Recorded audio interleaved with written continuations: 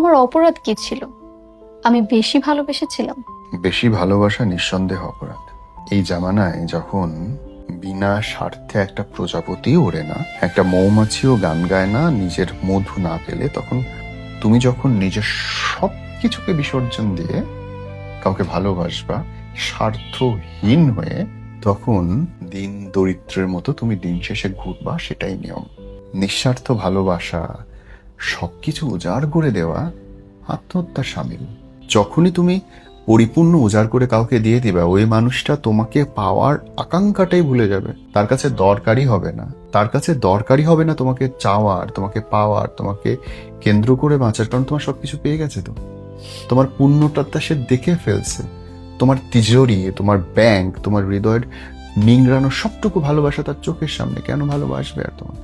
পূর্ণ ভালোবাসলে মানুষ অবহেলা করেই। শিখে নাও।